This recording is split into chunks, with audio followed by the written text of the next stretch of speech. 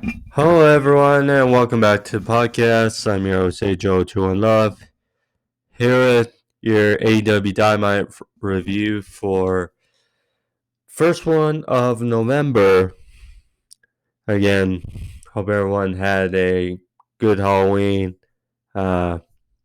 Missed the podcast last week, but here again for this week. But nonetheless, Dynamite was it was decent. Decent till pretty much. Well, the first hour was pretty decent, pretty good. Second hour was just blown badly. Before I get into the review, I will say, so the three main points from Dynamite, three main talking points. So, first off, Double J, Jeff Jarrett, the Hall of Famer from WWE and TNA, is now all elite. Jeff Jarrett, who has been around pro wrestling for, I would say, about 20, 30 years or so, has now aligned with Jay Lethal in AEW. So, now, Jeff Jarrett, I was a fan of in TNA. I really got introduced to him in TNA.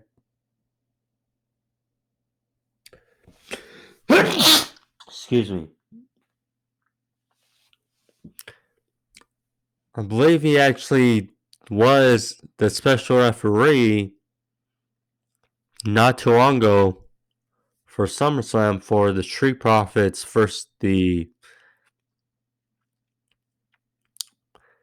Usos at SummerSlam, and he was a part of Ric Flair's final match where he teamed with Jay Lethal. So, funny enough there. But,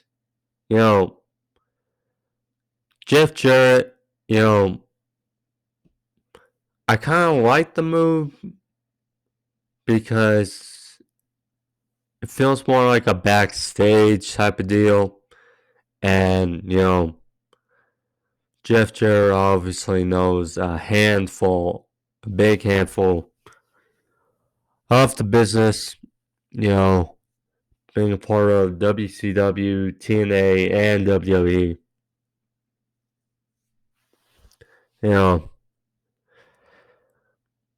Good for him as far as on screen, we'll see, but,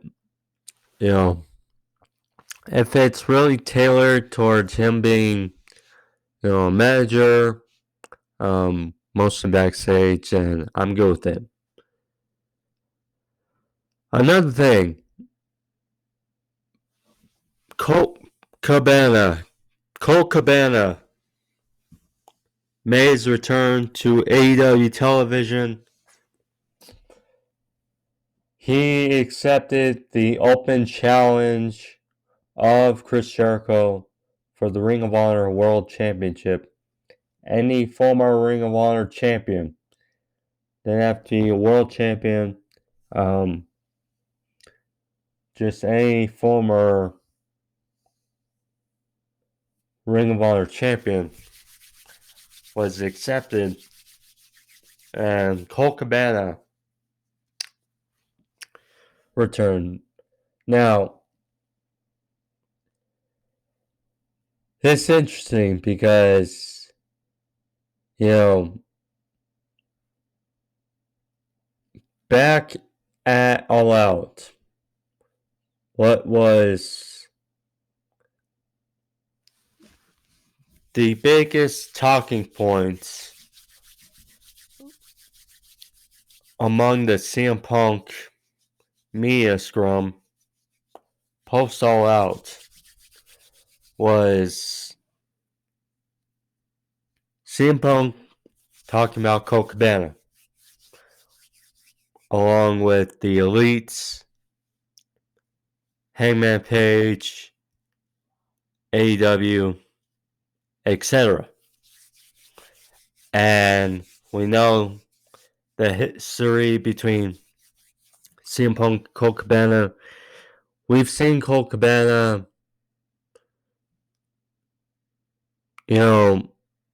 obviously this year, but he has moved away from the Dark Order, and he's also been mostly on Ring of Honor. We see him on Supercard of Honor, Death Before Dishonor, probably be at Final Battle on December 10th in a month. But yeah, this is interesting because,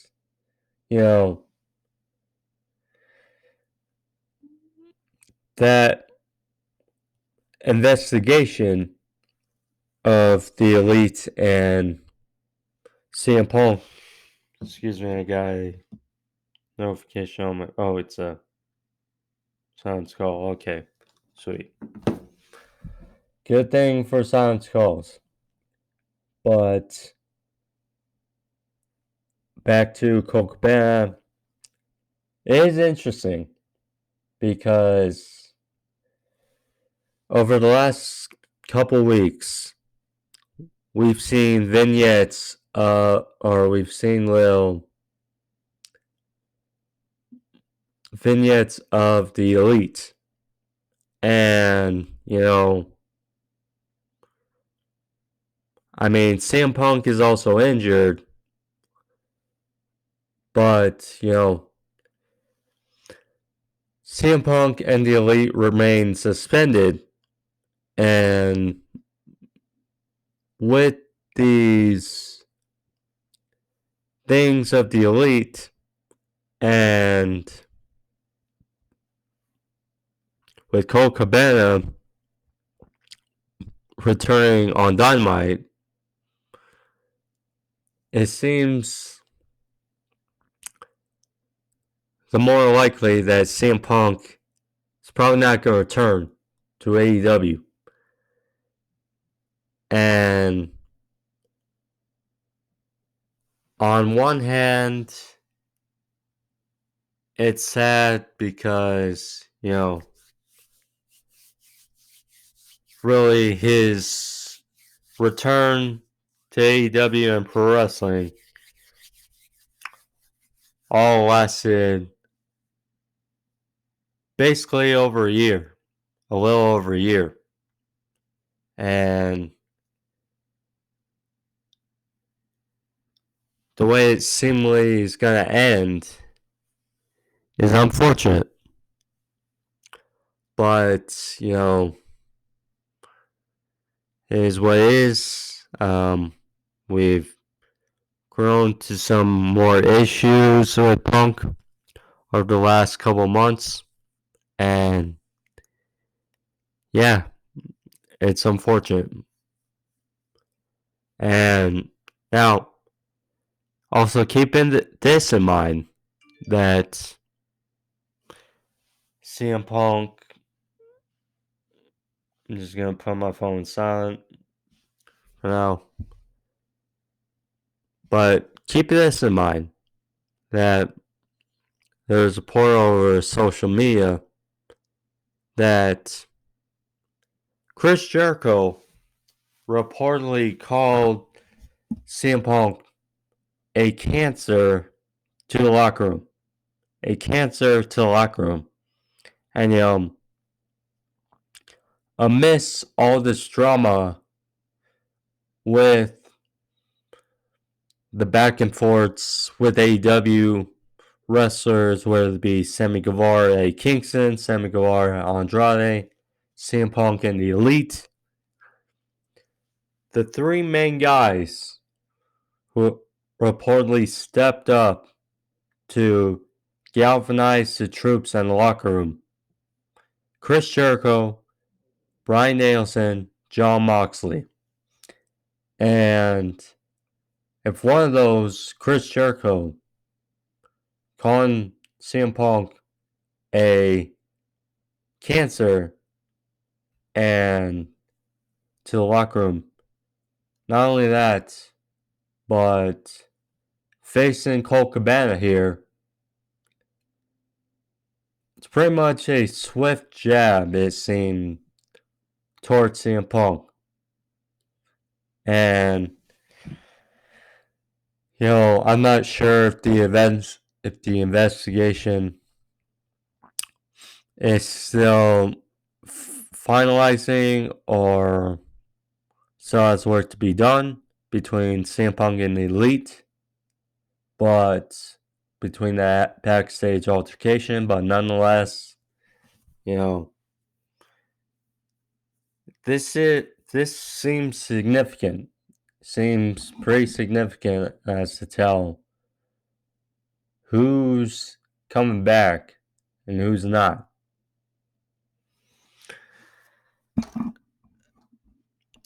And then we had Jade Cargill and Marina Shafir, which was definitively the worst part of the show. Definitively. And,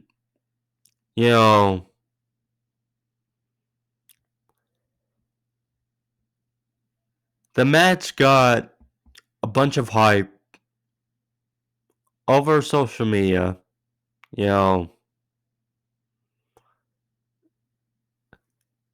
I mean, really, it was glorified hype. And, I get it. But the reality is, Jade Cargill's reign has gotten more stale and more stale, it appears. And,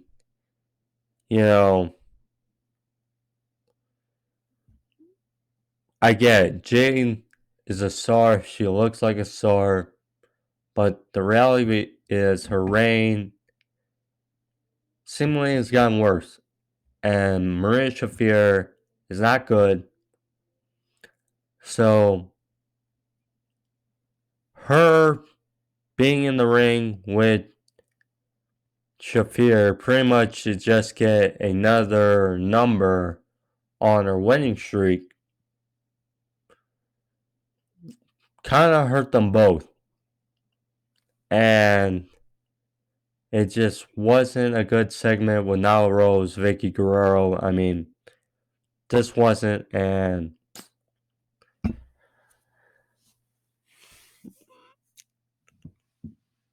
it kind of took away from some of the good parts of the show.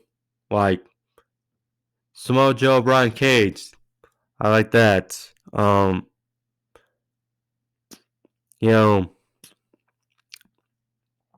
enjoyed the three-way match between the All-Atlantic Championship. I enjoyed that. But, yeah, it's just unfortunate.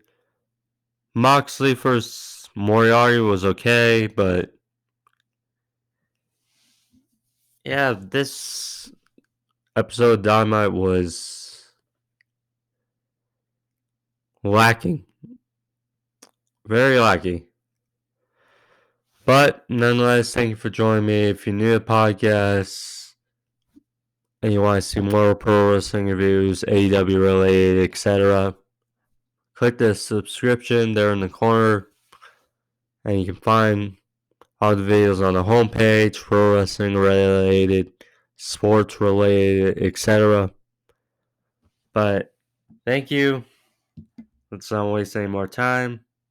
And let's get into the review now, shall we?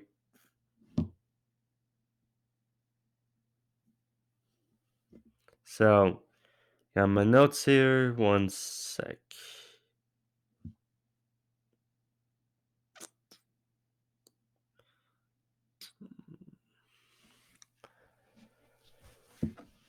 Alright. So, the show started off with rematch from a few weeks ago, Darby Allin versus Jay Lethal. Quality match. I don't know if it was as good as the first match they had a few weeks ago, but this was fairly good. Not exactly what you expect from both competitors, but it was so good. So, they got into it before the bell. Lethal wasted no time as they brawled at ringside.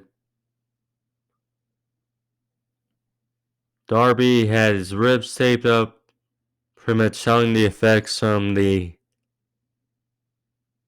attack using the garage door by Lethal and Sanjay.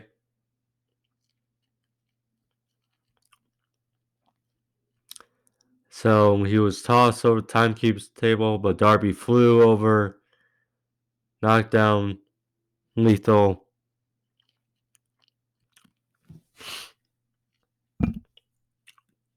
Lethal actually locked on a figure four through the barricade.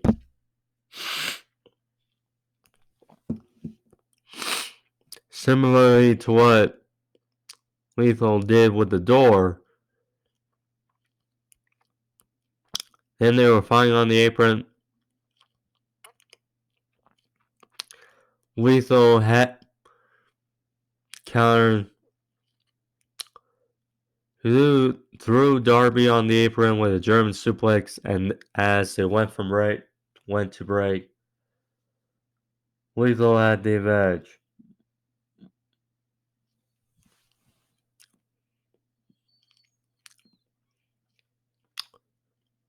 So back from break, trade moves. Lethal went for a diving elbow off the top, but was caught into a crucifix by Darby for a near fall. Back and forth. Lethal went for the lethal injection, but Darby countered into a sleeper. Eventually, Lethal got out of it. Satnam Singh and Sanjay Dutt were ringside. Darby, Myers Guts. He went for his signature suicida to Satnam Singh to try to clear away, but he just bounced off him like a racquetball. Like nothing. And after that, Rensburg ejected both Satnam Singh and Sanjay Dutt.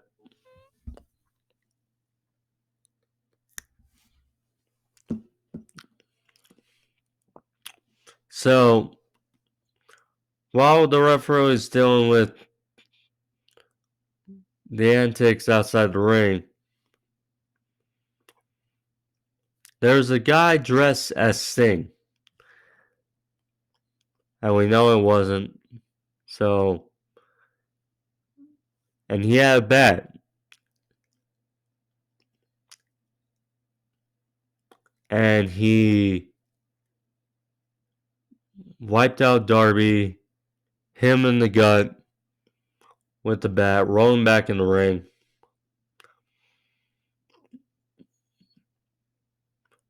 Lethal with the lethal injection. 1, 2, 3. And Jay Lethal, with the help of this Sing cosplayer, won the match. After match, they continue on the attack, and it was revealed that Cole Carter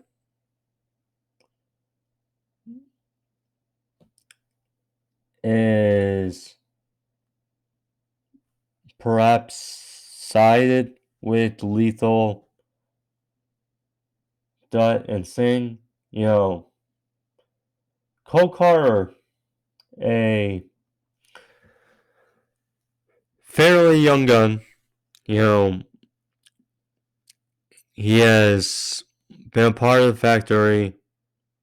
We've seen him a couple times on television, but didn't really get a reaction. And, you can tell people were kind of disappointed. So,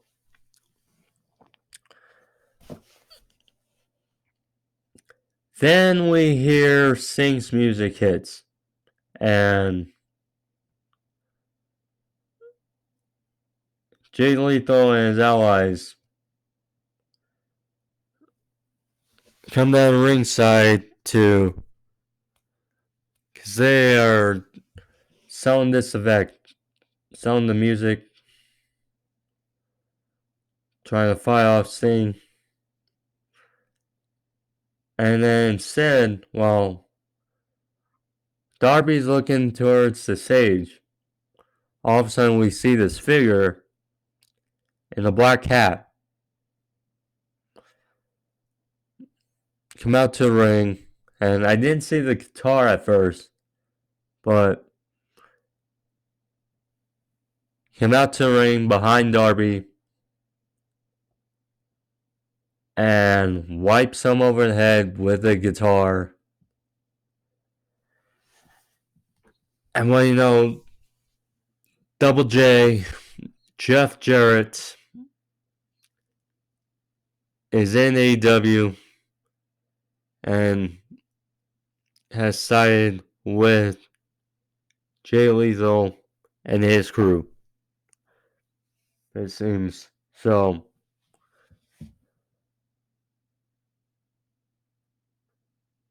And Jarrett says he's seen Darby, and Lethal talked about how he knows, or Dutt said he knows the weaknesses of Darby. And Jarrett said, "You want to worship Sing? Well, sing it. Looking up to him has become your number one weakness."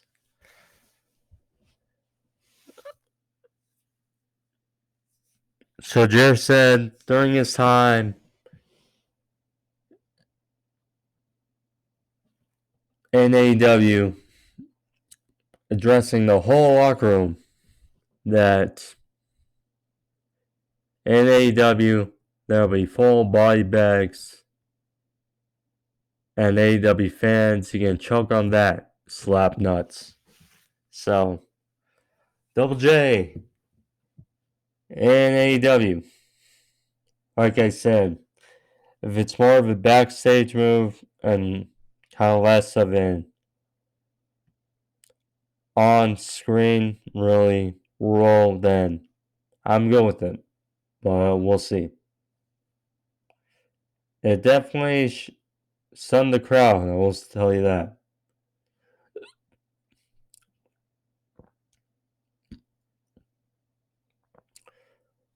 Jon Moxley backstage before his match with Lee Moriarty,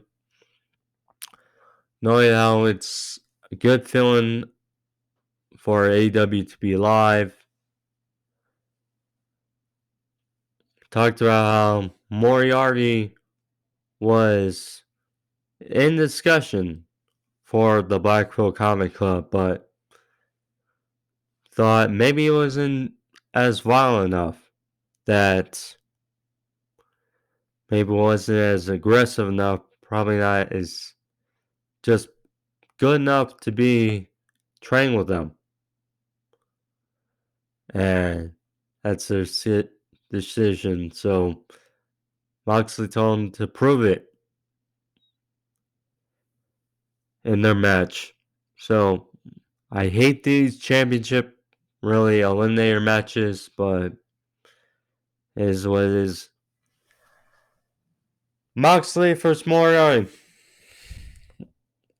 Calling match. Moxley was with, Moriarty was with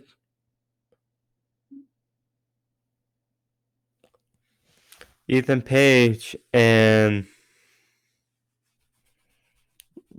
Stokely Hathaway.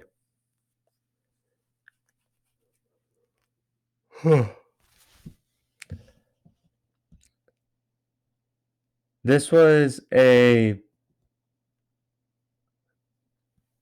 okay TV match.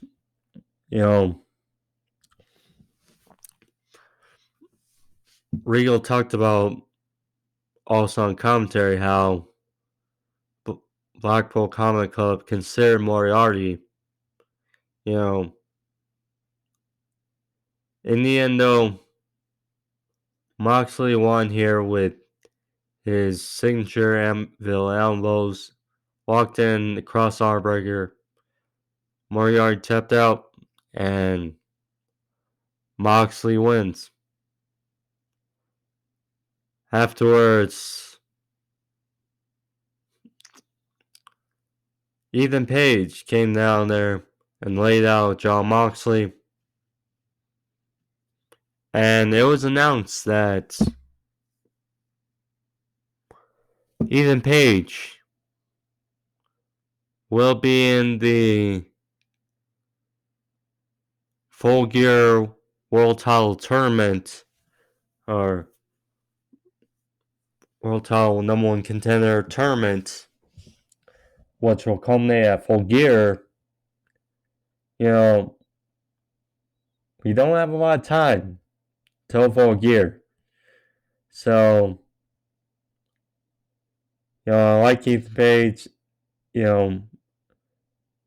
It seemed like the course was going to run for him to be the All-Atlantic champion.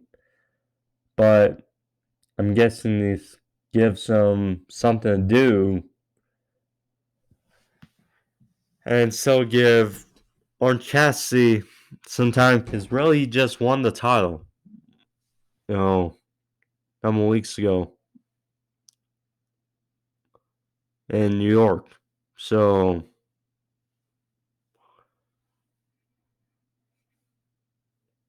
yeah, well, we'll see. I mean, it's so quick, so hopefully they make this, put some names, real names in this tournament, and we'll see. Renee Paquette, she was scheduled to sit down with Saraya and Britt Baker, but Britt Baker no-showed.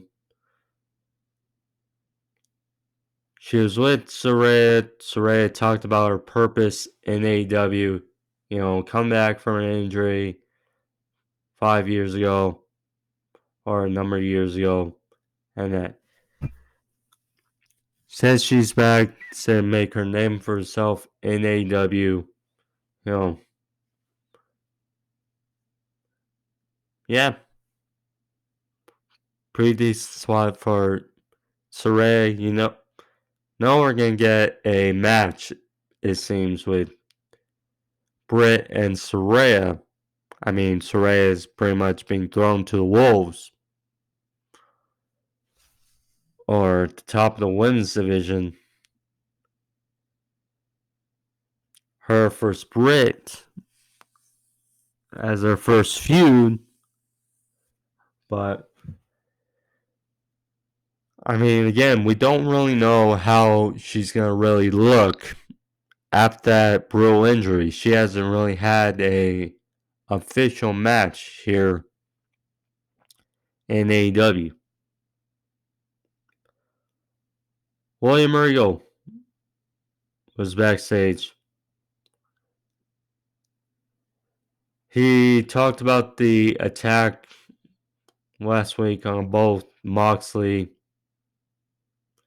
and MJF.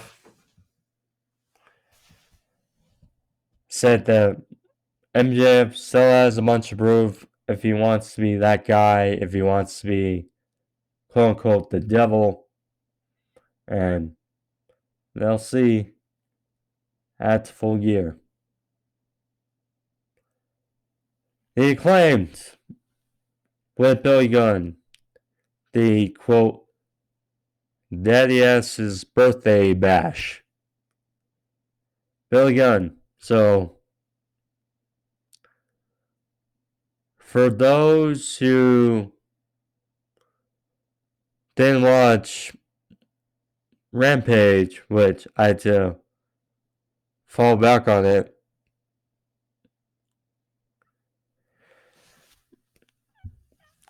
Swerve Strickland in a almost demonically weird segment backstage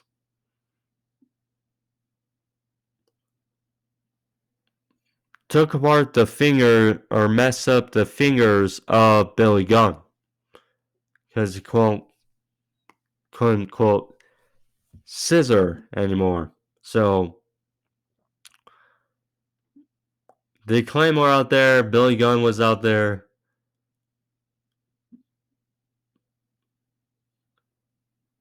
Billy Gunn wore bandages on his hands, to sell his fingers. Pretty much his middle fingers were cut off. So they gave him gifts. They chanted the crowd to help Billy. They gave him foam fingers. They got some a big thing of scissors from the crowd to give Billy. And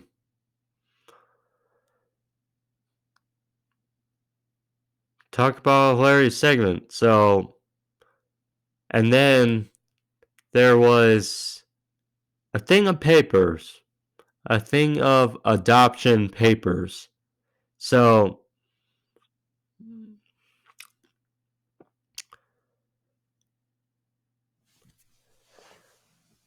the Acclaim said, hey, Anthony Bowens assigned it, Max Kessler assigned it. We just need your signature from Billy Gunn. So, then all of a sudden, the Gun Club, Billy Gunn's actual sons, they ran out there asking where their invite was. But I will say, happy birthday, Billy Gunn. Talk about great shape for a 60-year-old guy. So, the Gun Club ran out there, Austin Colton, and,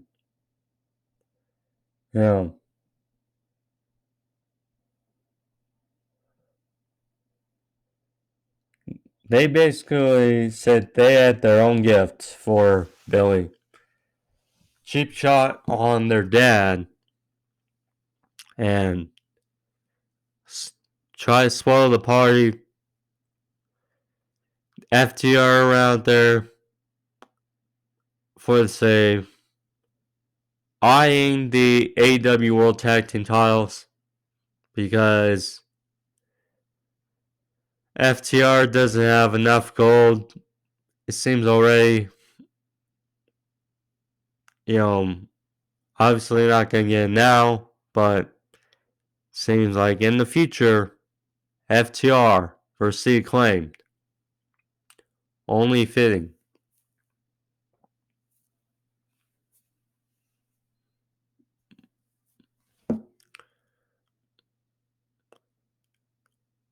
Chris Jericho versus Colt Cabana for the Ring of Honor World Championship.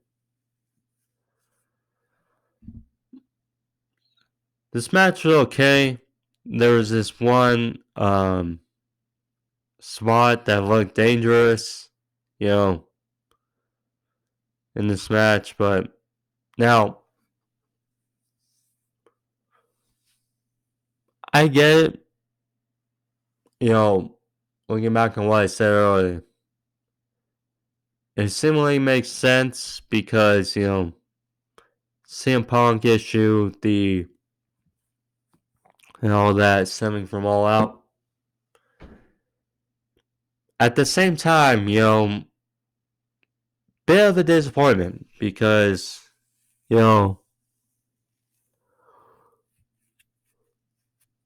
Jericho said any Ring of Honor champion. Now I get some of those are in WWE,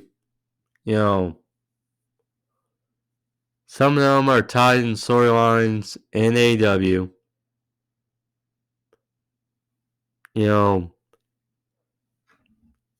There's many, former champions that also of AEW that are Ring of Honor, currently in AEW that are still injured, like O'Reilly, like Adam Cole.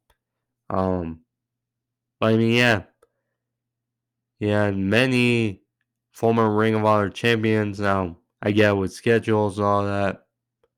I mean, Austin Aries, Jonathan Gresham, a bunch. Davey Richards, Eddie Edwards, a bunch that,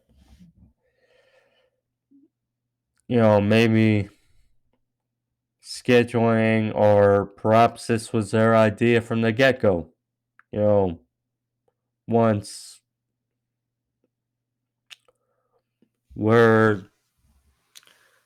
since this investigation is still on their way. But this match was fine. The one spot, so Colt, pretty emotional about the spot. So in this match. But before they went to break, Colt went for his Chicago skyline. Was about to drop Jericho on the top rope. Instead, however,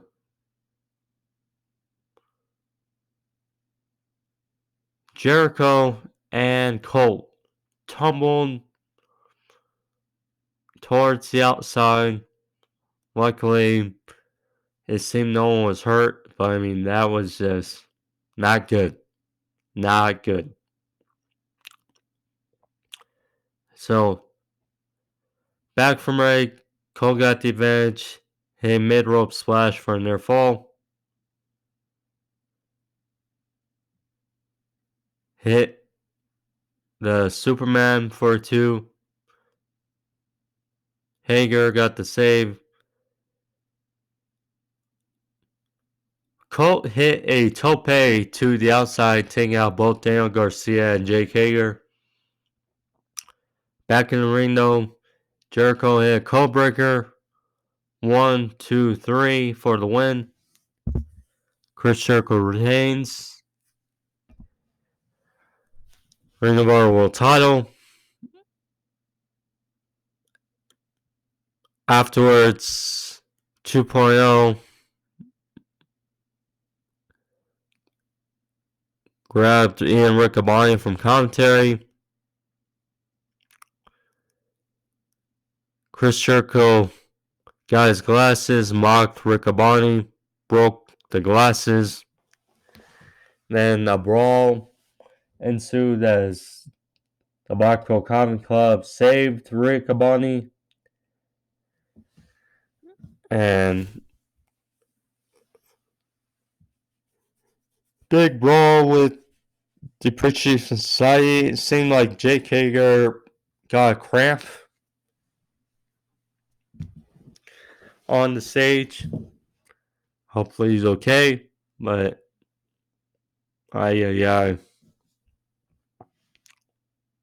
but you know, so segment, so.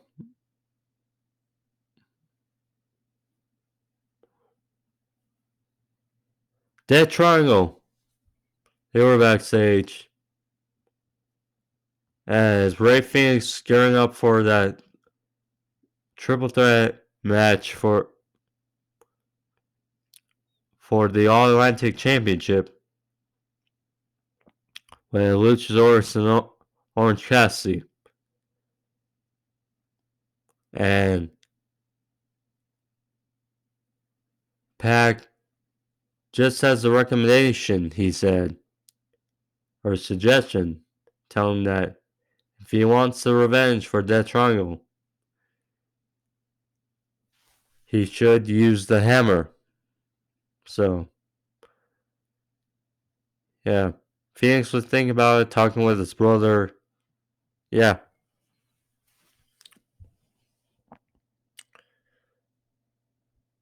Triple threat for the All Atlantic Championship. Luchasaurus versus Ray Fenix versus Orange Cassidy.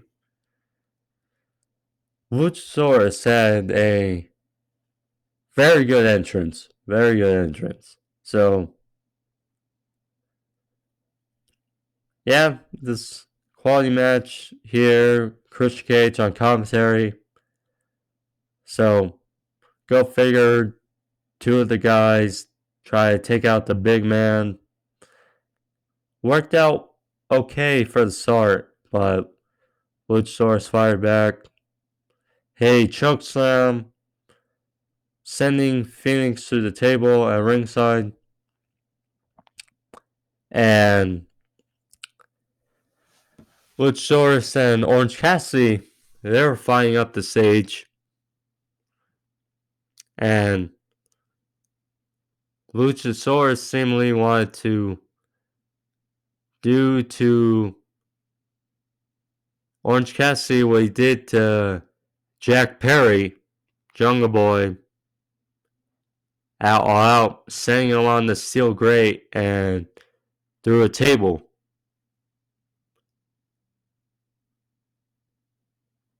But all of a sudden, out the tunnel came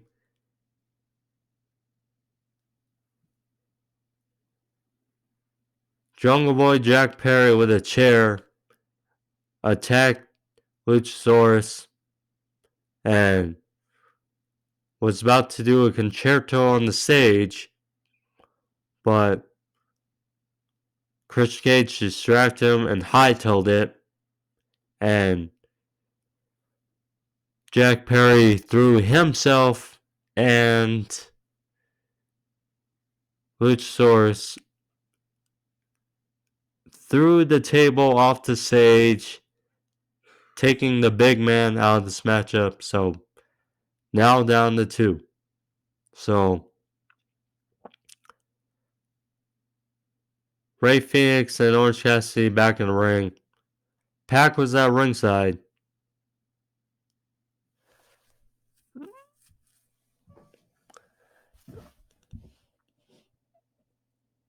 So Pac, again, he got 2 hammers. So he tried to convince Phoenix to use the hammer to win the match. Phoenix denied it. Phoenix and Orange Cassidy had a exchange of pins back and forth. Phoenix went for a rolling cutter. Excuse me. There we go. Phoenix went for a rolling cutter, but Orange Cassidy out of midair hit a orange punch on Fenix for the win. Orange Cassidy retains the All-Atlantic Championship. On Pac after the bell attacked Orange Cassidy. Out came Katsuyori Shibata and Chaos. Rocky Romero and the Best Friends, they came out to stop the attack on Orange Cassidy. Pac hightailed it. And so it was announced that a contract for a dream match opponent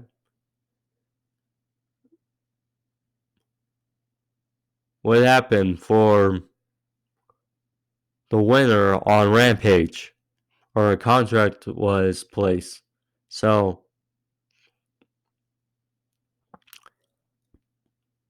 after match, Shibata got to ring, eyed the motion for the All-Atlantic Championship, and Cassidy got the contract, gave it to Shibata. Shibata signed it, and for Rampage, it'll be Katsuyori Shibata and Orange Cassidy. Now, for those who don't know the story of Shibata, we saw him post-match at Forbidden Door back in June when he saved Orange Cassidy from the beatdown of Will Ospreay and Aussie Open. He was very good in Japan, and how it would happen was he loved to use headbutts a lot, and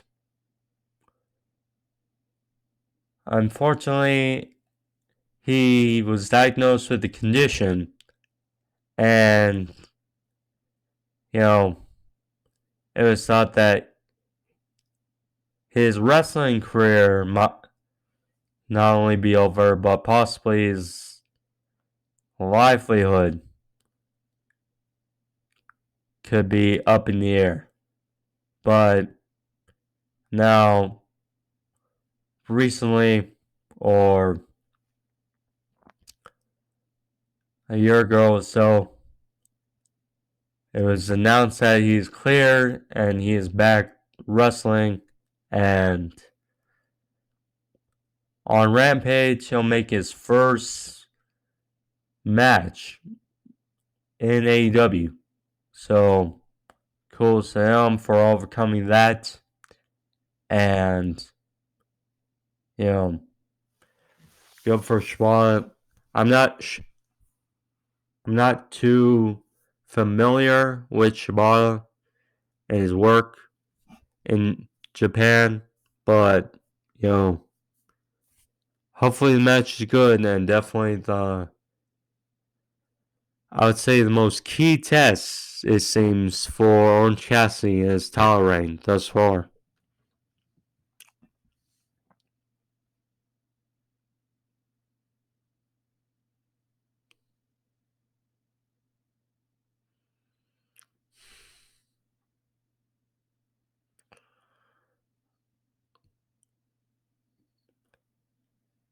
Rick Ross and Swerve Our Glory were backstage. So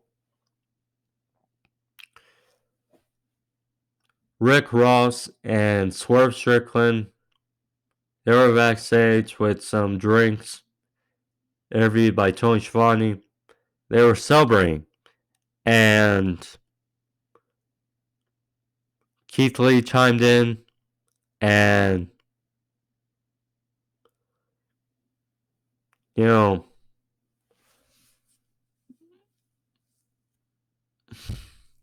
talked about how that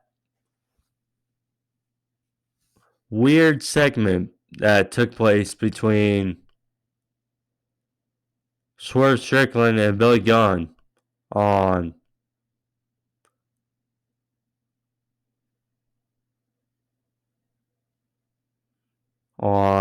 Rampage. And Rick Ross was hilarious thinking this. He was all like, false accusations. And then Keith Lee was like, they're not accusations. And then Ross was like, false accusations. Pretty hilarious between Rick Ross, we'll say.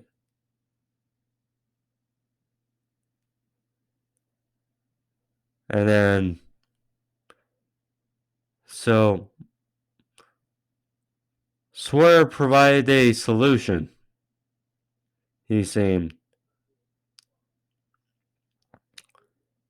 So he announced that he and Keith Lee will team up with the Gun Club, Austin and Colton, versus FTR and the Acclaimed in an 8-man tag. How is that going to turn out? I'm not sure, but yeah.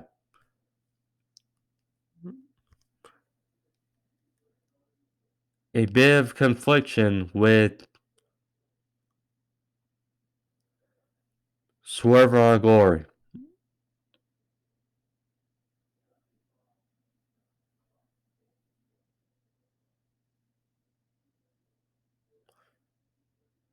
Next up,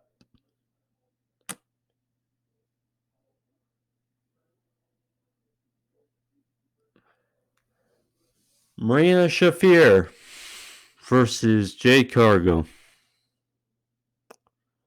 I already chimed in a bit about this, but I might as well go over it. So, Shafir has somewhat better theme music. Say that. So, Jade there without the TBS Championship, still stolen by Nyla Rose. I haven't gone over any of that stuff because I choose not to. So, they started walking up, and probably this was by design because, both women in a match together, it's not going to be very good.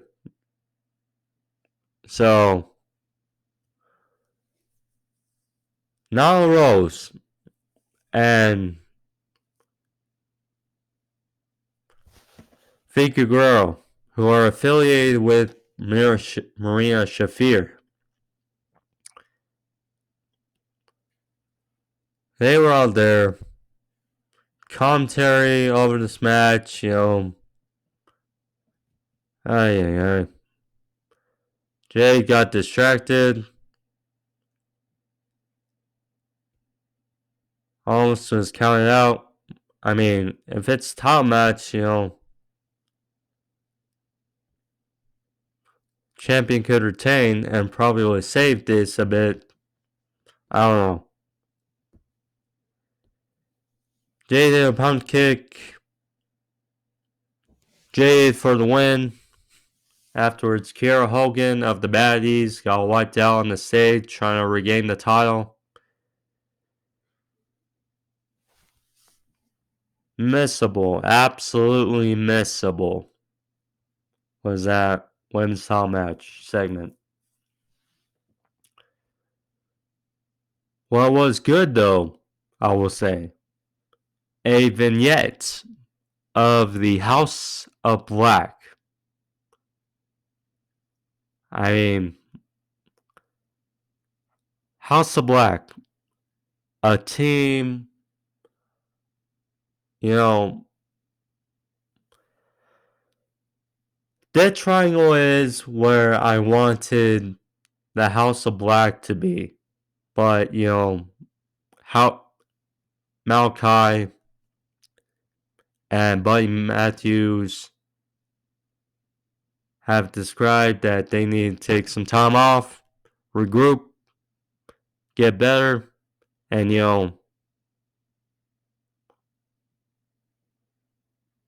if they are healthy again, with Julie Hart, with Brody King,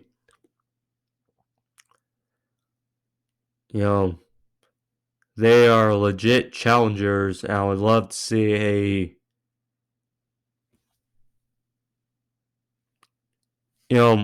possibilities are endless with Dallas Black returning. They could really add to AEW right now. I mean, Trios Championships, a rematch from Double or Nothing with Death Triangle. That could be there.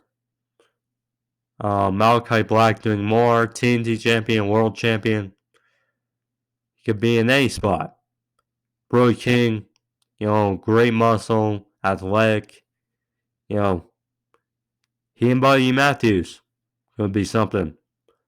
Buddy Matthews going for the TNT title. I mean, there are a bunch of possibilities with House Black and AEW. Main event. Brian Cage. Now, this was certainly main event worthy. I will say, though, 2 Ring of Honor title matches on AEW. I think some kid in the crowd said best on a sign. More AEW, less Ring of Honor. But hopefully the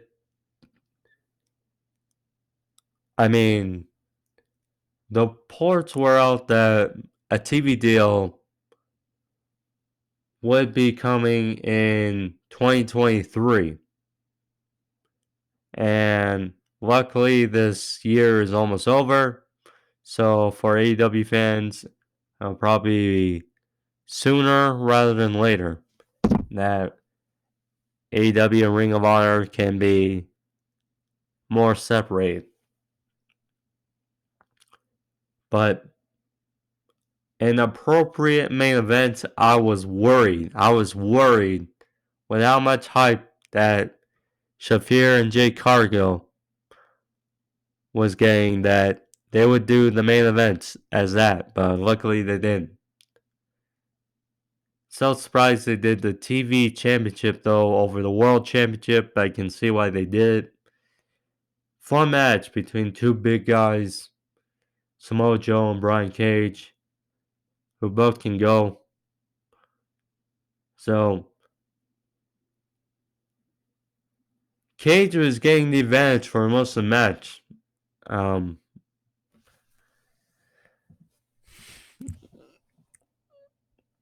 And for those who don't know, Brian Cage and Powerhouse Hobbs both laid out Wardlow on Rampage and signified their interest for both titles, which I guess in their eyes led to this match. So Cage was pretty dominant for most of the match. Had some good stuff, good power. He hit a tope con hero, a guy that's very jacked, 270, hitting a tope over the top rope. Impressive. Size Cage. He hit a twisting top rope elbow for near fall on Joe. Hit, I guess, a sit out pump handle press for 2. He hit an Olympic slam, and then they went picture in pic, or almost 2 pictures during this, which upset me a little. But he hit a lariat for a near fall. Joe finally caught him with the Kohila clutch, or the rear neck choke with the hooks in, and Cage tapped out. Samoa Joe retains in a battle with Brian Cage. Afterwards, the rest of the embassy came out to attack on Joe. Gates of Agony and Prince Nana, but Wardlow came out for the save. Ward off the embassy, but out of nowhere for second week in a row, Powerhouse Hobbs lays out Brian Cage with a big spinebuster. Again, linked to his intentions to be for the TNT Championship. This is a marquee feud I can get behind for Wardlow's reign. Powerhouse Hobbs versus Wardlow. Again, two big guys, two athletic guys that are looking to take the next step towards that possible main event level. I mean, this is really what Powerhouse Hobbs has been looking for. I mean, unfortunately, he has been on TV in quite a few weeks, but we'll see. We'll see.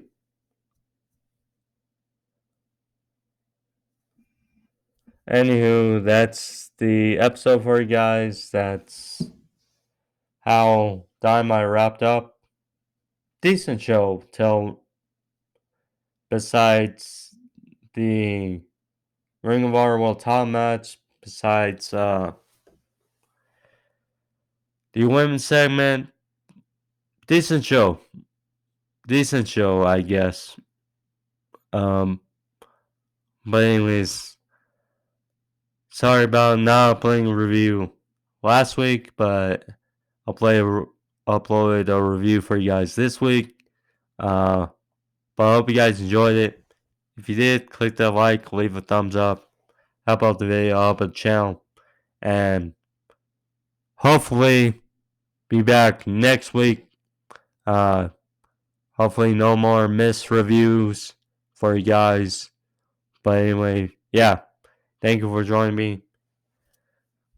Like, subscribe.